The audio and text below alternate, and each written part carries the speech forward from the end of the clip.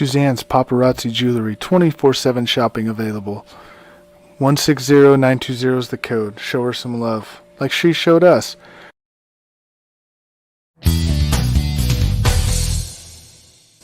K&A Custom Crafts on Facebook.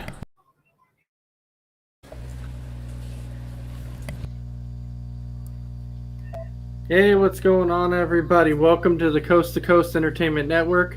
I am, that's right, Ace in the house, and I am joined tonight by none other than, that's right, Mr. Chris Mabry. How you doing tonight, my man? Doing good. How's everybody doing today? I'm doing good. And then, of course, I'm joined tonight by none other than J-Mac, the bearded one. How you doing tonight? I'm doing good. Trying to finish up my, sweet pepper before we went live. I got it done. I'm not chewing anymore. That's awesome to hear. So right now I'm going to be sitting here. I'm going to be sharing it to multiple Facebook groups around the world. So hopefully we can get that going for you. But everybody knows that, on Saturday night on Sports Minute, we do a lot of what we call open forum. And so open forum is something that we actually really enjoy doing because it's a lot of fan viewer interaction when it comes to open forum, because basically all you have to do is you have to go ahead and just put in a comment in the comment section, and then we'll talk about, whatever comment you choose to put in there. If you ask us to talk about an NFL topic, we'll talk about NFL. If you ask to talk about MLB, we'll talk about some MLB. Put in NBA, we'll talk about NBA. It don't matter, that's simply what we're here for, just that open forum side of things that we're going to sit there and talk about. But before we go ahead and, get to any viewer topics that people are putting in there, let's go ahead and think about our first topic that we're going to talk about. So, J-Mac, the bearded one, is there a topic out there that you would like to talk about?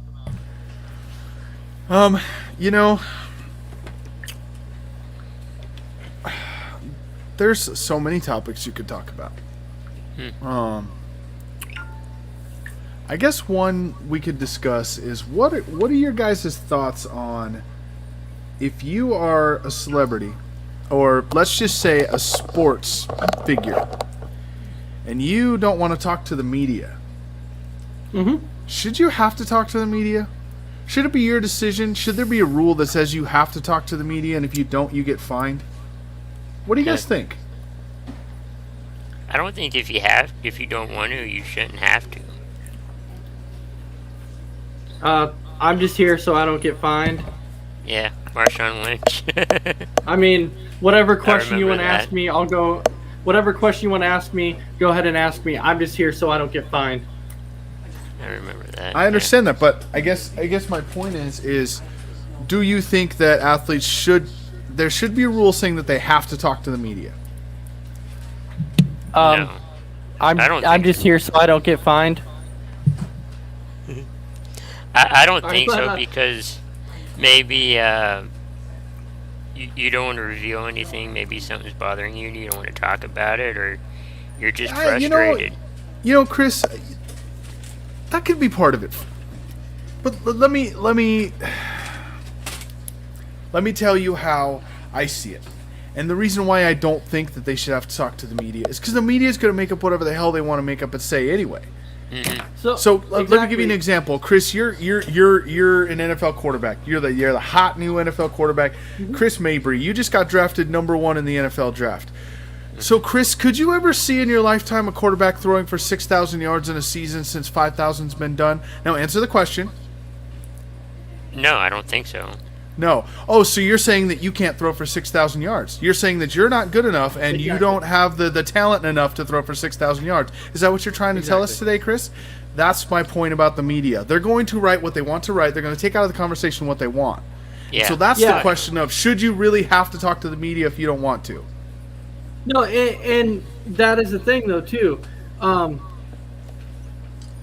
What I'm saying, though, is that when it comes down to it, too, is that when you're talking with the media, all right, you really shouldn't have to, because, we've heard before, one of the best, actually, interviews that I've seen, and I believe it was Aaron Rodgers who came out and said it was simply that when it comes down to it, they asked him and said, what is your relationship between, when you first became the backup to Brett Favre? What was your relationship behind Brett Favre?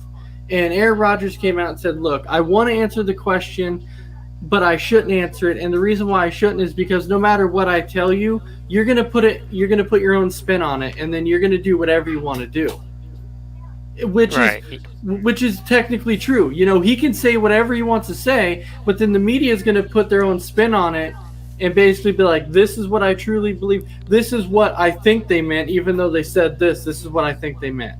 Right. They can say that, Rodgers can say, yeah, me and Brett Favre, we didn't get along that much, or, we had a rivalry or something like that, and they can go, Rodgers hates Favre. That's not what he meant to say, but they can twist it. Well, Chris, we already see absolutely. that. Right. Well, I mean, we already see that now. I think it was Ace who brought it up on a show a while ago where they were talking about, it was Derek Anderson back when he played with the Cardinals, and he was they were losing. I mean, it was terrible. It was like 41-13. It was bad. Okay, and they showed a clip of him sitting on the sidelines talking to his running back, and they're both laughing. And after the game, they asked him, well, what were you talking to him about? I remember that, yeah. Because you were laughing, and do you think you should really be laughing when you're down by 28 points? And he was like, he was talking to me about something, and it was funny, and I wasn't laughing because we were losing. Like, I take this serious. Yeah. Getting all upset with the media because all they were worried about was the fact that he was laughing in the middle of the game.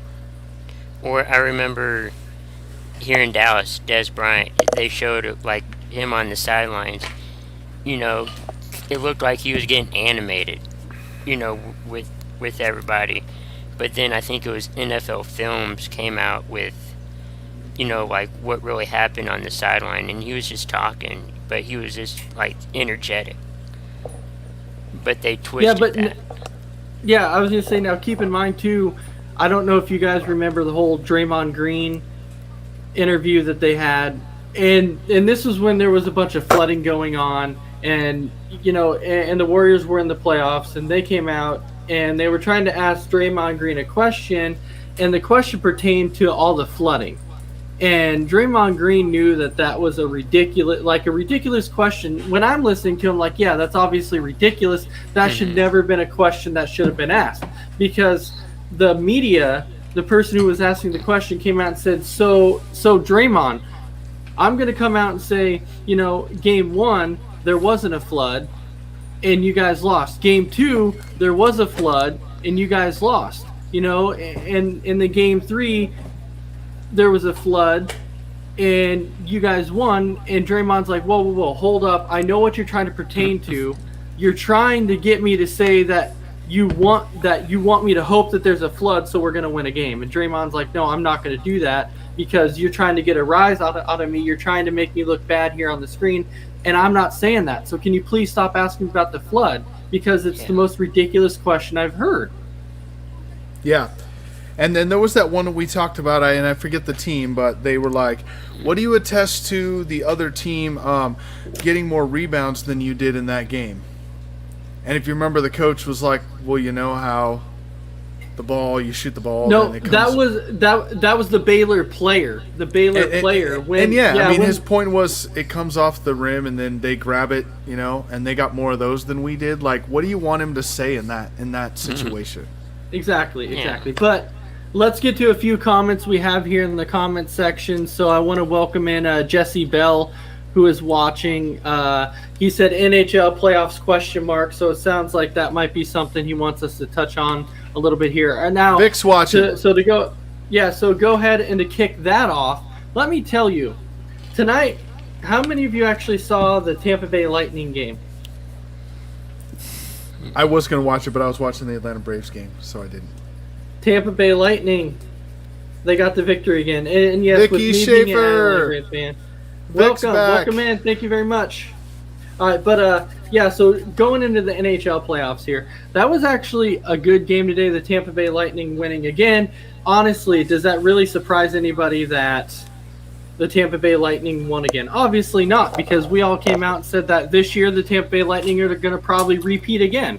I see them repeating again. I don't know anybody out there right now that's going to be able to beat the Tampa Bay Lightning. Absolutely. Yeah. I'm 100% down on that. Yeah, same here. All right, so Brandon Herrera is in the chat saying, "What's up, guys?" And then he also left a comment too saying, "Twins win, Twins win, Twins win." So we all know that Brandon Herrera is a huge Twins fan. He's super happy that the Twins finally were able to come out here and win a game. Mm-hmm. Which, man, they're right now, Twins are bad. I mean, they're bad. I know they have a lot of injuries going on. It's still early in the season if you think about it, but this is the point now to where J-Mac, we've talked about previously, and we said right around when it hits the June part is when you kind of start getting a little bit concerned with how well your team's going to be. And I will tell you, tonight I'm glad that Atlanta got the victory tonight over the Dodgers. Brandon's super happy that the Twins got the win. However, with the Twins, they still have enough time to go ahead and turn. Now, I'm not saying that the Twins are going to be able to jump into first place because I don't see that happening. But at least with Atlanta, even with being that right now, they should be third in the NL East at this point. So they still have time. We're two. Yeah, second. Sorry. Yeah. With the Mets being in first place, and then the Phillies are in third, and then you have the Marlins in fourth, and yeah. I get your point. However, we have to remember that the Mets did miss 5 games due to COVID this year. So if you take those 5 Mets games and we're 3 games behind, if they hypothetical, and I understand that. I'm not at all saying that the Mets would lose all 5 of those games. But even if they went 1-4 in those games or 2-3, you're talking about a 1-game difference between the Braves and the Mets right now if we had played the same number of games. So am I concerned at the fact that we're 2 games under 500 on June 5th, 4th, whatever day it is? No, it's the 5th. The 5th, yes. The 5th, yeah. Yes, I'm a little concerned. However, if you watched our bullpen tonight get 12 outs and give up 1 hit during that whole time, if that's the way we could pitch the rest of the year and we could score runs the way we did tonight, we'll be fine. That's a big if, though. Like, our bullpen this year has just been atrocious. It just hasn't been there. It's very concerning about the bullpen.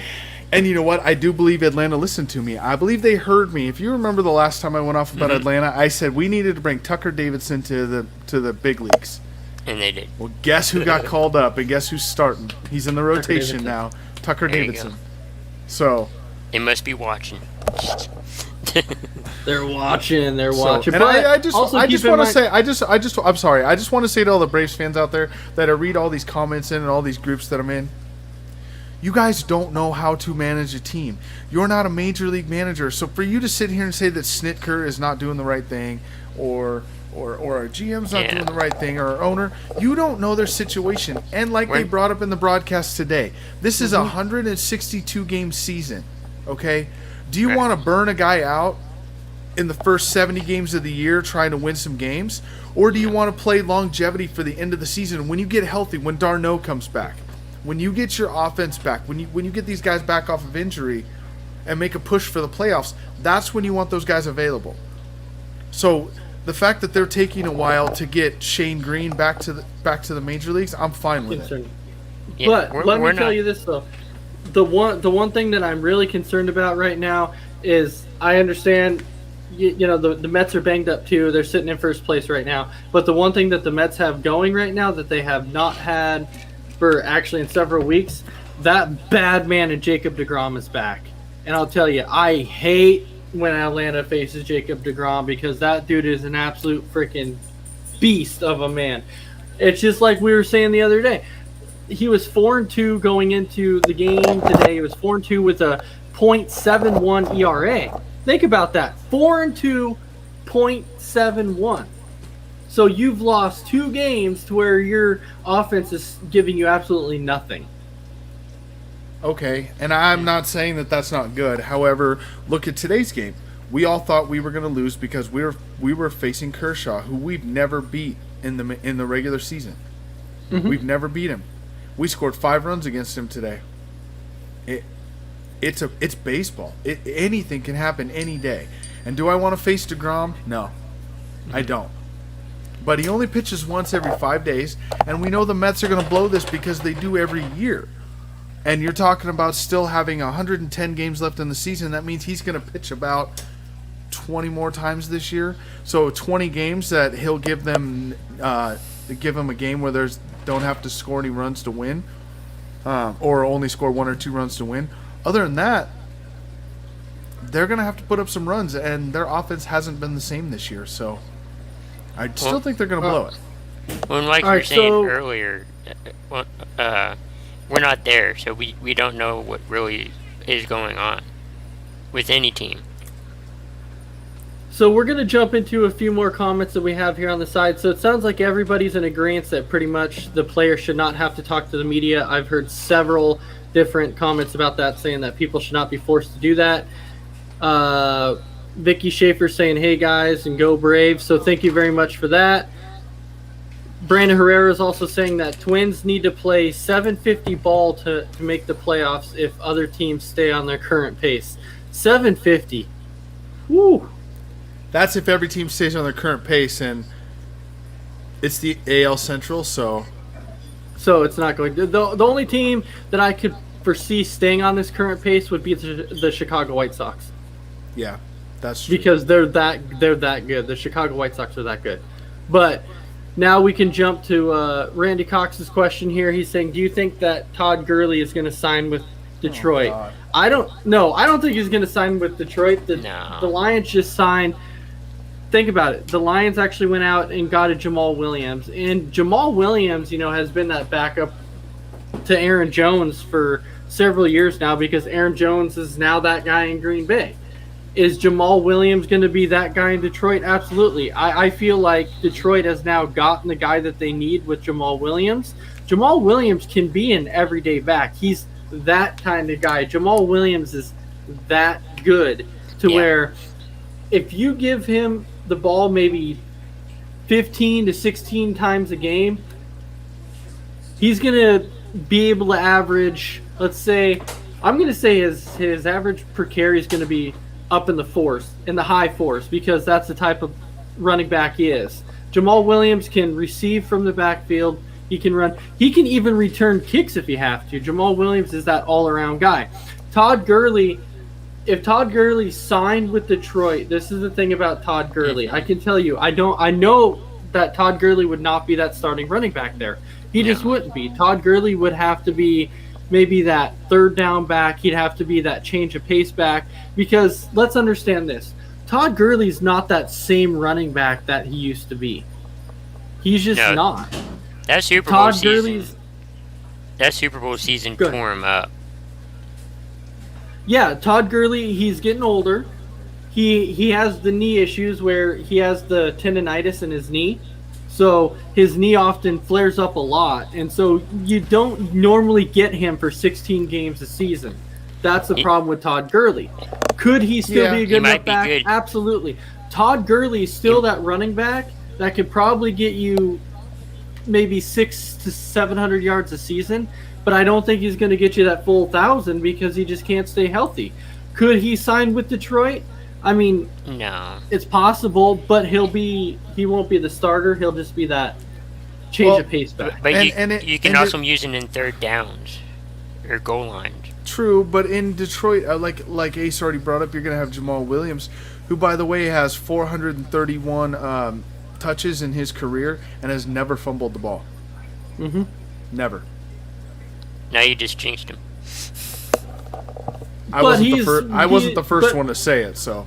But he's with the Lions now, so that doesn't matter. And everybody knows that we're huge Green Bay Packer fans. So if Jamal Williams fumbles now, it's really not that big of a deal. However, let me tell you this, okay? I've been a big fan of Jamal Williams ever since he's come to Green Bay. So even though he's playing with the Lions now, I wish him the best of luck. I really do.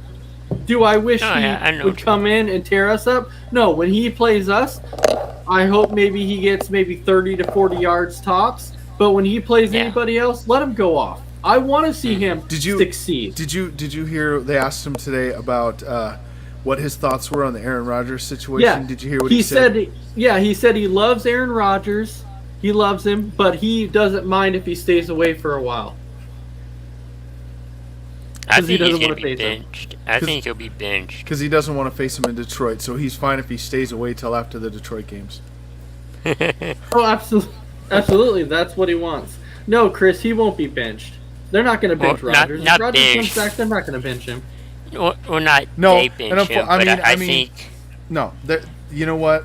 These athletes think that they have too much say in a team, and I'm sorry, but I think he's going to say, you're not giving what I want, so I'm just going to sit here. You play Okay, love. so- and, To answer Randy's question really quick before we get too far off topic, I'm sorry, Yeah. guys. No, you're fine. But before we get too far off topic, he's asking about Todd Gurley. So I said probably not on the Detroit side, but if Todd Gurley signs anywhere, he's gonna want to go somewhere where they don't really have that, like that maybe that big back that they need, and I'm thinking maybe Baltimore, possibly. I'm saying Possible- Washington. I'm saying Washington football team. I'm saying They Jackson. no. They have Antonio Gibson. Washington has Antonio not- Gibson. Yeah, but I still Um, still think Todd Gurley's going to go there. Jacksonville has James Robinson, so I don't see him going there. The Jets could be a good one. He could potentially go there. Okay. He could go to the Dolphins, even though the Dolphins are big on Myles Gaskin. But he's That's still a name, kind of by the that- way. Isn't that like the best name in the NFL? Myles Gaskin. Oh, absolutely. That's one of them. Myles Yeah. Gaskin. That's one of them. That's one of the best names in the NFL. So, a few other comments that we have here. Brandon Herrera saying that DeGrom today pitched 5.2 innings, 3 hits, 8 Ks versus the Padres. So when you have a loaded lineup like that and you get 8 strikeouts against the Padres, that's ridiculous. And then his current ERA actually dropped from a .71 down to a .64. Yeah, So- I mean, you say that about getting 8 strikeouts, but it's not really that hard to do in Major League Baseball anymore. These guys either strike out or Not hit this home year. runs. That's what everyone's doing this year. Everyone's aiming for that. So And Vicky Schaefer, you are right. Players' careers go to die when they go to play with the Jets. Their careers die. That absolutely. There's like several teams that come to mind when you talk about him. Like NFL players' careers going to die. You think about Cleveland. You think about the Jets. Chicago. Chicago, Detroit. I mean, those are teams that you can think about that their careers go to die. The only ones that have actually succeeded when it comes to Detroit would be like Calvin Johnson and Barry Sanders and maybe Matthew Stafford. But Calvin Johnson and Barry Sanders retired early because they're like, well, crap, we're on Detroit and we're not going anywhere. So we might as well call I it think quits. Stafford would have too. I think Stafford would have too if they wouldn't have got him out. I think he would have been done. Yeah, because once you get in Detroit, you're like, we're not doing anything. We're not going anywhere. But Yeah. didn't they say that about Cleveland? I remember them saying like Cleveland is the place where quarterbacks go to die or something like that. Quarterbacks go to die in Cleveland. Yes, Yeah. they do. Baker Cleveland goes through Mayfield. so many quarterbacks, it is freaking crazy. And Baker Mayfield, okay, we'll see if Baker Mayfield actually has a good season this year. I think people were a little overhyped on Baker Mayfield last year, and that was because you got to think, you have Kareem Hunt and Nick Chubb in the backfield. I mean, you got a crazy 1-2 punch in the backfield. Kareem Hunt and Nick Chubb, whew, either one of those guys could rush for 1,000 yards. Mm-hmm. And they got in as a wild card team. And think about that. Think about that whole division, though. I mean, that was bound to happen in that division. Baltimore they played decent, but they weren't great last year. Pittsburgh was down, even though they started the season 11-0. I don't really want to hear about how good Pittsburgh was. Pittsburgh wasn't as good as their record indicated, and then you had the Bengals. So it was bound to happen that division was going to start playing down and Cleveland was going to start playing up. It was just gonna happen. I mean, you're gonna get the same thing. You're gonna get the same thing in the West. The Raiders are the Raiders. They're always gonna do what they do. The Broncos are going to be down this year, and then you got Herbert slinging the ball all over the place for the Chargers. So there's a couple of divisions that once the other teams start playing down that have been on top for a while, you're going to see some of those teams that everyone says are like the bottom feeders that are going to be rising to the top of the division. I just believe that. I just think that that's what's going to happen. Well, you got to think, last year we were calling Pittsburgh frauds after like week 8 when they started 8-0. We kept saying they're frauds because the big thing is you got to think they hadn't really played anybody good up to that point, and so we kept going, they're frauds. They're not as good as they're playing. They're just not. And then they went in and they lost to Washington, and then they lost the next week, and then they lost the next week, and then that's when we're like, okay, look at that. It's just like we said, they're frauds. And then they went to the playoffs, and they ended up losing the playoffs. We all knew it. They weren't as good as they were. But the only reason why they made the playoffs is because they had like 11 straight wins in a row. That's pretty much how they got in. And then absolutely. After the losing streak, they got like 1 or 2 more, which kind of secured them. But that's the only reason why they won, or at least got into the playoffs. All right, so let a few comments here. So Vicky Schaefer, she was talking about Jacob deGrom, and he said he's a video game cheat code, which technically you're right, he is. He's got that cheat code. If you need to cheat in a game, you go ahead and you put Jacob deGrom in, and he's got that dang cheat code, man. He's got it all figured out. And then she's talking about Le'Veon Bell, where she's talking about, careers go to die when she's talking about the Jets. Le'Veon Bell is one of those big ones. His career went to die when he played with the Jets. But realistically, when you think about it, Le'Veon Bell did take that year off after he sat out with Pittsburgh, and then he ended up signing with the Jets. And so maybe sitting that year out had a big factor, too, in how well he played. Can't say 100%, but maybe it did. And then we have, we're biting kneecaps. And what she means by that, for all of our viewers who are watching this, she's talking about Dan Campbell's interview when he first started, his press conference, so to say, when he became the Detroit Lions coach, and he's out there talking about how he's going to bite their kneecaps, and then when they get back up, he's going to bite their other kneecap, and then they're going to go in like a pack of wolves and rip them apart. Yeah, it was just one of the strangest things I've seen. I like where he's like, we're going to get a pet lion. And now Brandon Herrera saying that the Broncos will be a beast when they trade for Rodgers. I don't see him going to Denver.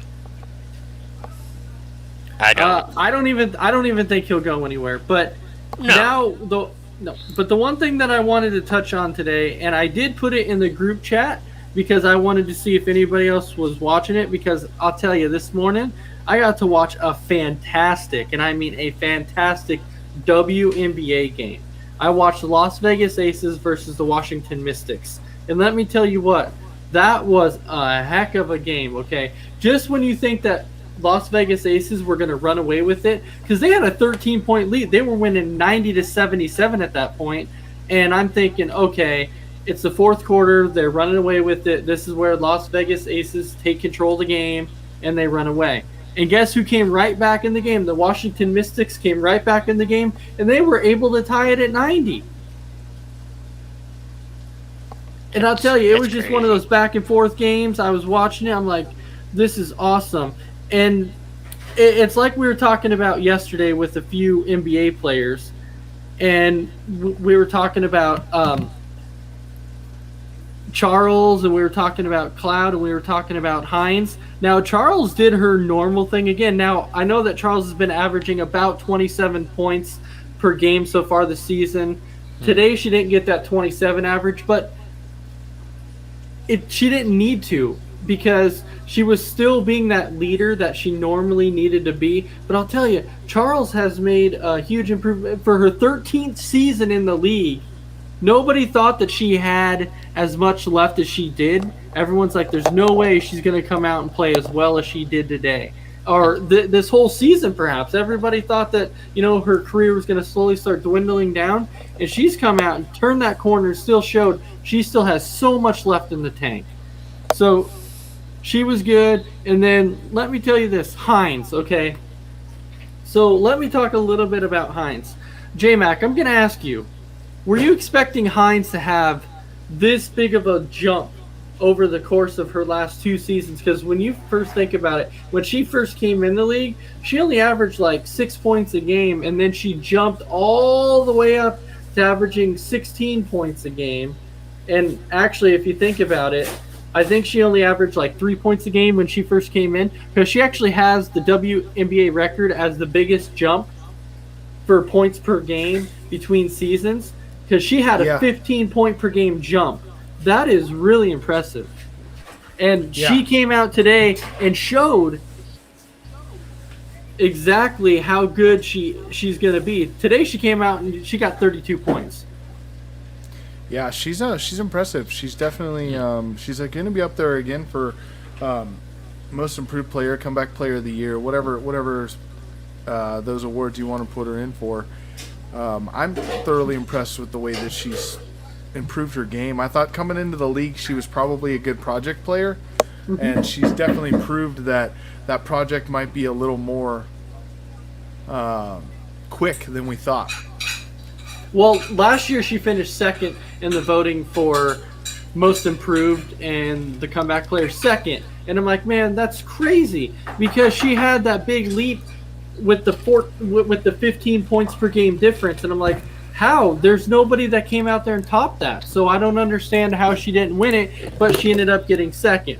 But now that was the Washington Mystics. But when you look at this Las Vegas Aces team, what I like about this Las Vegas Aces team is that they kind of have it from everywhere. So they don't just have one or two people that you can look at that like a Charles or like an Ali to where you're like that, like Washington has to rely on them in order to win games. Las Vegas Aces are so just stacked from top to bottom that they get contributions from everybody on the court. Everybody. That's how good Las Vegas Aces are. And that's why I think that they're one of the best teams in the WNBA, because they can hit you from every angle, and it can be anybody out there.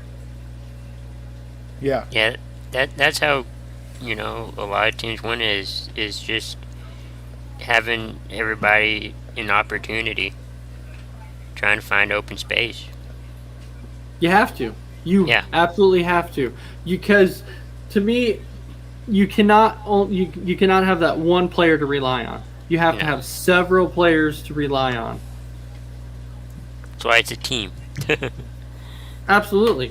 So, J-Mac, I'm going to go ahead and jump to you on this. Do you have a topic that you would like to touch on? I do, and Brandon Herrera actually just brought it up. I was going to bring up Montana Fouts last night and how the perfect game. Yeah. The perfect game, and just her season and stats for the year. She only pitched in 8 games last year because of the abbreviated 2020 season, as we all know, the COVID year. We're gonna call it the COVID season. There you go. But this year, she has struck out 344 batters in 210 innings. Wow. Now, wasn't that her birthday too? I heard it was her birthday. She turned 21, and she threw a perfect game on her 21st birthday. And it hadn't happened like in a long time. A long time. I can't remember the actual stat, but yeah, it was her second win in 2 nights. Oh wow. Yeah.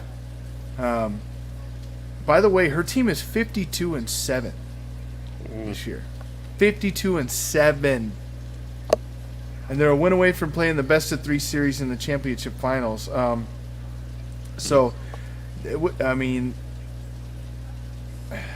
It's crazy. It's just a perfect game. She threw the it's just the 5th perfect game in college women's World Series history, in softball World Series history. And it was the first one in college World Series in 21 years since. Do we need to say who the last one that threw one in the college World Series was? We all know who it was. Jenny Finch. It was Jenny Finch. So she's the first one since Jenny Finch to throw a perfect game. Wow. So congratulations, I love it. Congratulations to Montana Fouts. Hats off to you. Great performance. All right, so Randy Cox has a question. We'll get to that question now. What is your guys' opinion about James Harden? Do you think the Nets will still have a chance in the playoffs with Harden out because of injury? Okay, so let me jump on that, okay? Because today when the game first started, we all knew that it was going to be Nets versus Bucks, okay? And so, Trey and I on our show of Speak Out, we came in, we talked about this series. Trey had the series going 7. I actually had it going 5 because I thought that the Nets were just too good with Kyrie Irving and Kevin Durant and then James Harden, and then you even had a Jeff Green on the outside. He can hit you from anywhere too. The thing is when it comes to it, even though James Harden is hurt, you still have to think. You still have a Kevin Durant and you still have a Kyrie Irving. Okay, and then coming off the bench, you still have an injury-prone, but still been productive since he became with the Nets, and Blake Griffin. So he's starting to step up a little bit more. Do I think that this is going to be a big injury for the Nets with James Harden? Well, it can be. What I'm waiting for is to see how long he's going to be injured for. But even if James Harden doesn't come back, the Nets are going to be fine. The Nets are just so stacked from top to bottom. They're so deep. They're going to be just fine without it. Now, is it going to make a difference to where they win it in 5 now? Without James Harden, I don't think they win it in 5. It probably goes 6 or 7 now. But the Nets are still going to be fine. I still have them going to the NBA Finals and still winning the Finals. Because James Harden is going to come back. I don't think he's going to miss as much time as he did the first time when he injured his hamstring. Because I know when he did the first time, he missed 21 games. He came back for the final 2 games of the season before the postseason started. And still, without James Harden, the Nets are going to be just fine. Yeah. Nets and 5. I mean, where was his injury? Because I didn't see it. Did they say hamstring? He injured his hamstring again. That same hamstring he had injured the first time, he just injured again. So Nets and 5. But yeah. But right now we don't know how severe it is. He actually, once he got hurt again, he actually ended up leaving the stadium to go get an MRI on his hamstring. So we're still kind of waiting to see the results on the MRI. I would say day to day, but maybe in 6. I've got him 6 now. With James Harden hurt, I don't think it's going to be 5. I think it'll go 6. But now if it comes back and they say, hey, James Harden's fine, he'll come back in and play. If he's healthy enough to play, I still think it'll be fine. But here's the problem, though, is you saw what happened with Anthony Davis. When Anthony Davis injured his groin again, and they're like, hey, you know what? We're going to go ahead and we're going to have him try and play in Game 6. What ended up happening when they put him out there in Game 6? Anthony Davis only could play 5 minutes, and then he had to leave the game because he was hurt. So my thing is the Nets know that they're actually a good team with or without James Harden. So if they think that there's any way that James Harden will get injured further from this injury, if they play him, they won't play him because they still have Kevin Durant and Kyrie Irving. So it's not going to matter. Yeah. I don't think they'll play him until he's pretty much 100%. I think so. But, I mean, they're probably looking at him day to day. He's probably going to be listed day to day. But he'll be in the important games whenever they need him. All right, so Christy Wilson also has a question. So let me go ahead and shoot on this question really quick. Christy Wilson is also saying, what do you guys think will now happen to the Lakers now that they've been eliminated from the playoffs? The thing is, with the Lakers, now that they've been eliminated from the playoffs, I actually touched on this on Speak Out, so if you happen to watch our show on Thursday, you kind of heard us talk a little bit about what's going to happen with the Lakers. And basically, at this point in time, I think the Lakers have to examine everything. They have to examine, is it going to be worth keeping AD? Because at this point in time, we basically know that Anthony Davis is almost made of glass, pretty much. Okay, because every time you turn around, Anthony Davis is hurt. He's missing games from basically every season. He's missing games. The only reason that he was able to stay healthy in the postseason last year is because they had that 4-month hiatus because of COVID. So they're going to have to examine, what they're going to do with Anthony Davis. They're going to have to examine what they're going to – obviously, they're going to keep LeBron James unless LeBron James decides to retire, but I don't think that's going to happen. I don't think they're going to re-sign Dennis Schroeder because he's going to want too much money, so they're not going to re-sign him. But they're going to pay him money for? Like, explain that to me. Why are you going to pay him money? Okay, I know, I get I'm not an NBA guy, but when I watch a guy go out and take 12 shots and not make one, and he's the first person in playoff history to take 10 or more shots and not score a point. Exactly right. Yeah. You're telling me he's going to want a lot of money? I'm gonna. If I'm a GM and he walks into the office and asks for that much money with his agent, I'm gonna play that tape.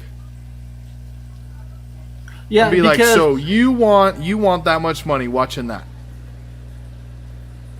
Dennis Schroeder originally came out and said, "I want 84 million." Like he wanted okay, hold on. Well, actually, the Lakers offered him $84 million contract, which he turned down. He turned it down and said, "No, I want more." He wants upwards of $100 million. Dennis Schroeder wants it all. Like, this is a guy who went 0 for 12 in a game, could not make a basket, and this guy wants a $100 million contract. It is blasphemous to me. I don't completely understand why Dennis Schroeder wants this type of contract. When he was with the Thunder, he was nothing special. He wasn't. The only reason that the Thunder were relevant at that time is because of Chris Paul. It was the Chris Paul effect. That was it, because Chris Paul was the leader on that team. No, go ahead. Now, I'll tell you what. You know, I saw a clip where Devin Booker comes down, shoots it right over Schroeder's head and makes it, and he turns to say something to him, and Booker's like, what? Mm-hmm. Yeah, that's what I thought, and then just walks off. Like, you ain't got nothing to say, man. You're really gonna sit there and talk shit to Devin Booker? Devin Booker went off for 22 points in the first quarter. So him, and then when you also look at the Nuggets too, Michael Porter Jr. went off for 22 points too. But that was in a different game. That's here nor there. But Devin Booker in this series was just off the charts, just freaking amazing. Like, that's what Devin Booker does. It's the Chris Paul effect. Chris Paul came in. It is, I'm telling you. Chris Paul came in. He said this in the interview. He came in and he told Devin Booker, "You're the star. This is your team. But let me facilitate. You let me run the team on the court, and you just worry about scoring. That's it. That's all you got to do is worry about going out there and scoring. I'll take care of everything else." And look at the team they became quickly. And you know what? And that's what ended up happening in that Game 6 between the Suns and the Lakers, when they did not play Chris Paul a whole lot in that game because of his injury to his shoulder. But with 5 minutes left, it was actually with 6 minutes left in the game, they brought Chris Paul back in and they said, "Chris Paul, this is your time to take over." And what did he do? He came out, he controlled that game. It was Chris Paul time, and he took the game over and he brought them to victory. And that was because it was the Chris Paul effect.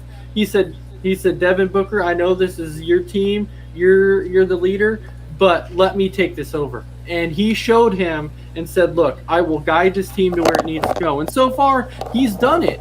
There's no way that Phoenix does this good this year without Chris Paul on this team. There's absolutely no way. Now, didn't the Lakers release like 4 players? I heard something about that.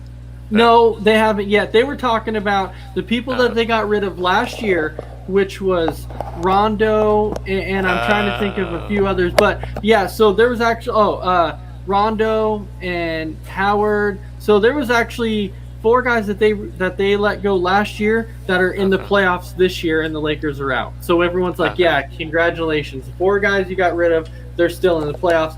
James Gonzalez is saying Chris Paul for MVP. What's so funny about it is that Chris Paul never gets that type of, like, when people talk about MVP, they don't give him that much credit. They don't look at Chris Paul and say, "Oh, MVP." Chris Paul is that guy.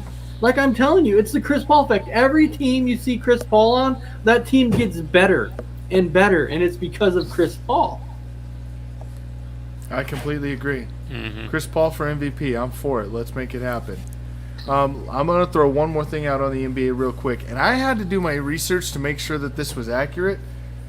But, Chris, what year were you born? 93. 93. So, This is 5 years past your lifetime, but think about this for a minute. This is the first time since 1998. So you were 5 years old, Chris, the last time this happened. 1998 was the last year in which the finals did not have the Lakers, Spurs, Warriors, or Heat in the finals. Wow. Mm-hmm. This will be the first time since 1998. And I'll tell you what. That's insane. But let me tell you this. This is good for basketball. Because as you see, like most of the teams that are in it this year so far that are left, you have like 4 of them who've never won an NBA championship. And then you have the Mavericks who won it in 13. And then you have... We won it in 11. 2011. 11, yes. But that was like the last time that they've won it. Other than that, so now you're going to see the Clippers get a chance to win one. You'll see the Suns get a chance to win one. The Jazz. So this is why this year it's good for the NBA, because you're seeing a lot of teams that haven't had that chance. You're going to see a lot of new teams in there now. Yeah, new Chris, the Nets. Chris, wasn't it you and I talking about the fact that in our lifetime, the only team in the playoffs right now that we've seen win a championship was the Mavericks? Yeah. I mean, every one of that was before like 1983. Well, I mean, I was little. Well, I won't say little, but younger when the Stars won. Yeah. Their championship. I was about 1 or 2 when the Cowboys won. It's just I didn't crazy see to me. it. But by the way, not only the 1998 thing. Sorry, one last thing is that this will be the first NBA Finals since 2006 that we haven't seen LeBron, Curry, or Kobe in the finals. It's the first time in 15 years. Wow. Yeah. And so I'm going to touch on a few of these comments here really quick. So, yes, you are right, Vicky Schaefer. The other one is Danny Green. But to me, losing Danny Green wasn't that big of a deal. I've never been a fan of Green to begin with. I don't even think he's that good. He's just not. He's too inconsistent. JaVale McGee, that was kind of a bigger loss because he was a big man, and that's kind of what the Lakers do. They try and dominate the boards with the big man. But we see how that worked out for him this year with LeBron James and Anthony Davis and then Andre Drummond. That didn't work out. Randy, we'll get to your comment here in just a minute. James Gonzalez says, I'm more for parity in the NBA. I completely agree. Randy Cox, he's saying go Suns. So with that, Randy Cox, I will say I agree with you on Speak Out. I said what I wanted. I wanted the Nets and the Suns in the NBA Finals. I think that would be a heck of a finals, and I could not wait to see that if that actually happened.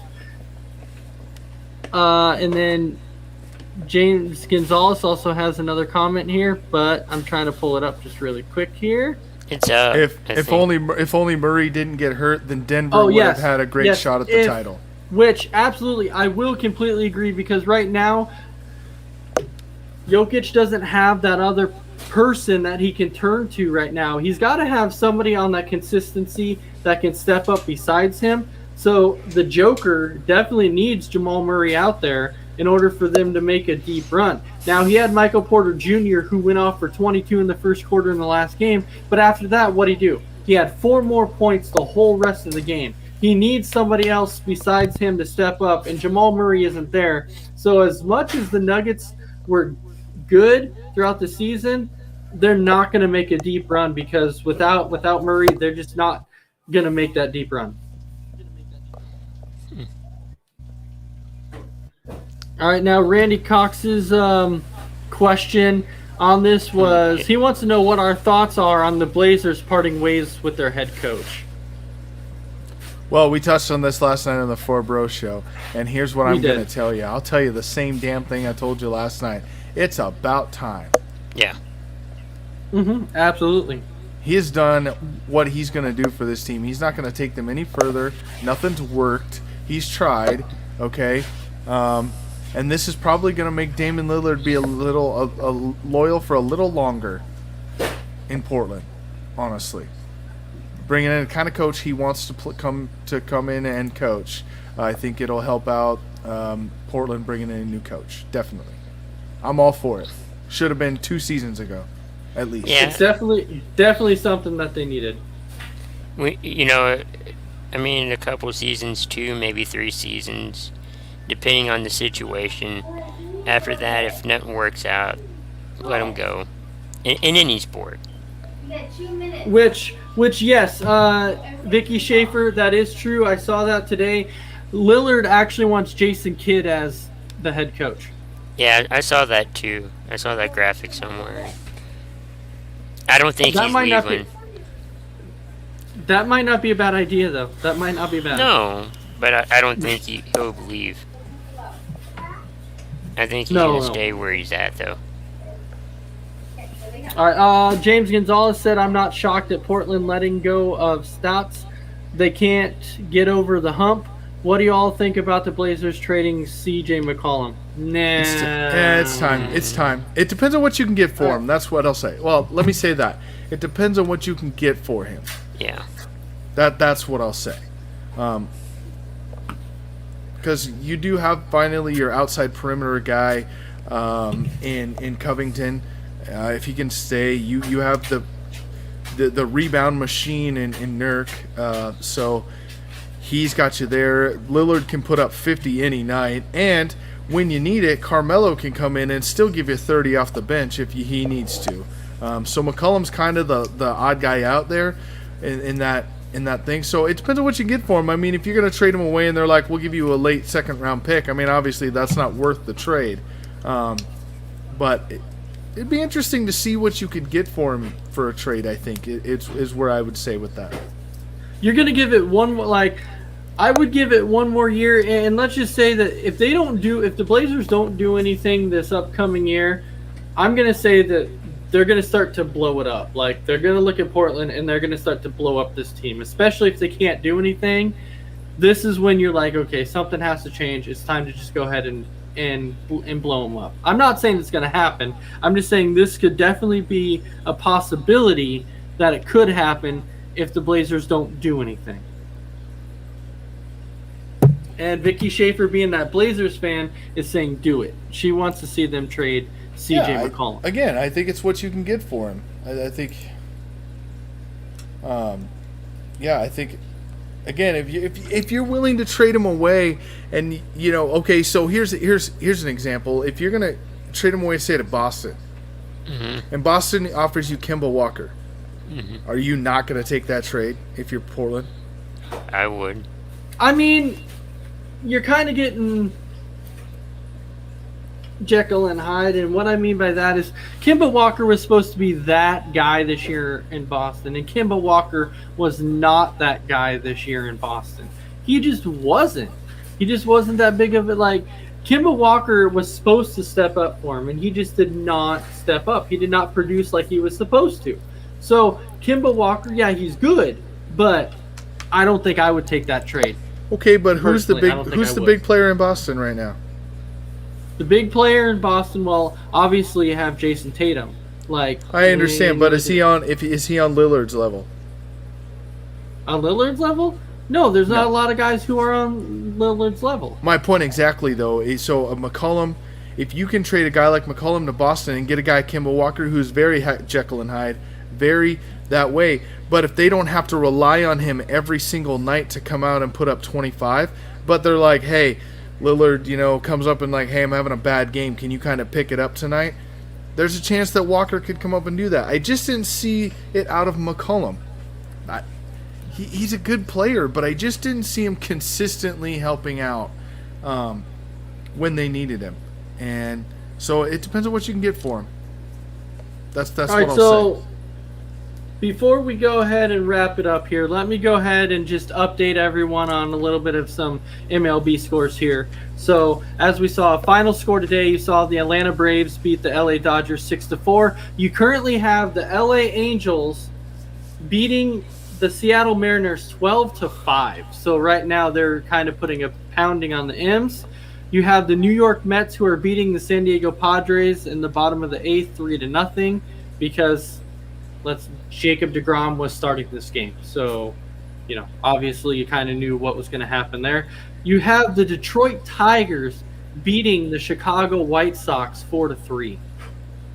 Over the last several weeks, you have the Detroit Tigers beat teams that I didn't think that they would beat. They swept the freaking Yankees. Who would have thought that the Tigers were going to do that?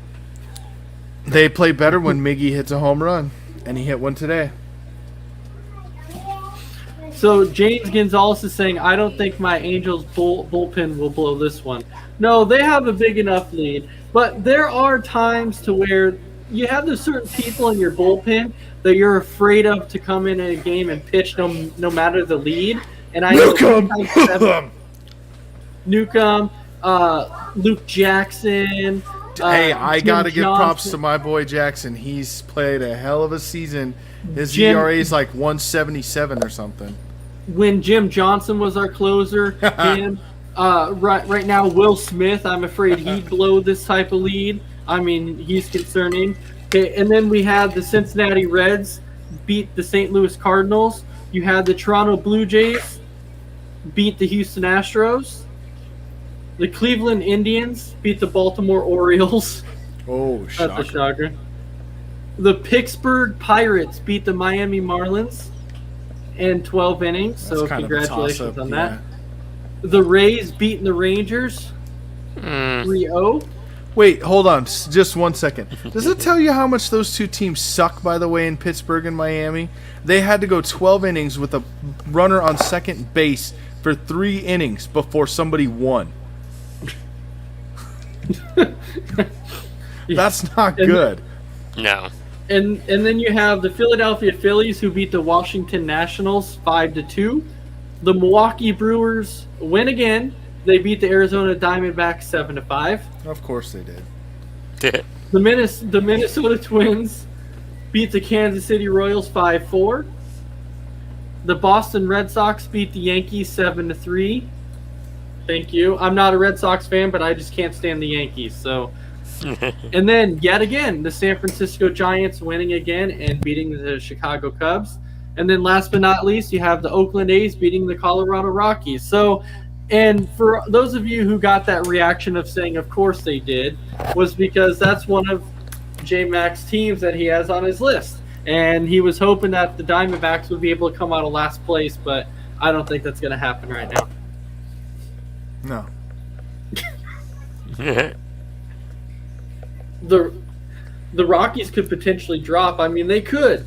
It's going to come down between the Rockies and the Diamondbacks for last place. Let's not forget that in the NL, I have the Pirates and the Diamondbacks. Hey, the Pirates got the win today. Hey, since we're on baseball, did anybody see this graphic? I think J-Mac, you posted this in the chat. Back in, I think it was 1919 or something. I don't know. Oh, I got that one too. Let me hold on. I'll pull it up. Where this player got injured. Yeah. So, this has to be the most insane stat graphic ever made. The guy's name is Ray Caldwell. He's an Indians pitcher back from 1919 to 1921. He was struck by lightning in the 9th inning of his Indians debut on 8/24/1919. Then in parentheses it says, finished the game after being revived. That's crazy. And then pitched a no-hitter at the Yankees 17 days later. I mean, think about, like, you got pitchers that can't even go 6 innings now, and this guy was pitching in the 9th, got struck by lightning, died. They shocked his heart back where his heart's beating again. He goes out there and he's like, I'm good, let me finish it. And finish the game. So before we go ahead and wrap up the show, we do have another comment from James Gonzalez too, saying that Rays keep winning despite trading their big pieces away. Just amazing. The Rays, I don't know, the last several years they have done that. They kind of remind me, they're kind of the team in the AL that kind of reminds me of the NL St. Louis Cardinals, that it doesn't matter who the Cardinals have, they tend to always be there. Their pitching is always there too. You're like, this is ridiculous, man. Doesn't matter who the Cardinals have, they're just always there. And it sucks. It's dumb. But now we're at that time now to where we're going to have to go ahead and wrap up the show. So, Chris, I'm going to go ahead and start with you. You got about 30 to 45 seconds to go ahead and say whatever it is you got to say. Thank you guys for watching. Thank you guys for the interaction. Tomorrow morning, well, tomorrow afternoon my time, depending on where you're at in the morning, is trivia. So make sure to tune in. Trivia will be 1 Eastern, 12 Central, and 10 Pacific. And that is You Think You Know, which will feature J-Mac. I believe you're on there tomorrow. Yes. And then, so you have J-Mac that'll be on there. And then you also have Mr. Randy Cox that'll be on there. And then you also have, I think, James, who was the defending champion. He will also be on there. And then tomorrow night, don't forget, on Between the Ropes, we actually have a very special guest coming on for you. His name is Bane Bailey. He is an independent wrestler. You can actually catch that on 5 Pacific, 7 Central, and 8 Eastern also. So I hope you tune into that also. And then, J-Mac, you got 30 to 45 seconds to go ahead and wrap up whatever it is you have to say. Yeah, trivia tomorrow. Between the Ropes tomorrow, Monday night, 9 p.m. Pacific, will be Four Bros Radio Show. Check that one out. I'm hoping to have we'll have a guest next week. I'm not sure if it'll be Monday or Friday, but we'll have him on there, so make sure to check that out. And Brandon's the host for trivia tomorrow. Brandon doesn't want to forget him. Thank you, J-Mac. Thank you, Chris. And this was, of course, another episode of Sports Minute, and we will catch you guys tomorrow. So with that, I hope everybody has a fantastic night, and we will see you later.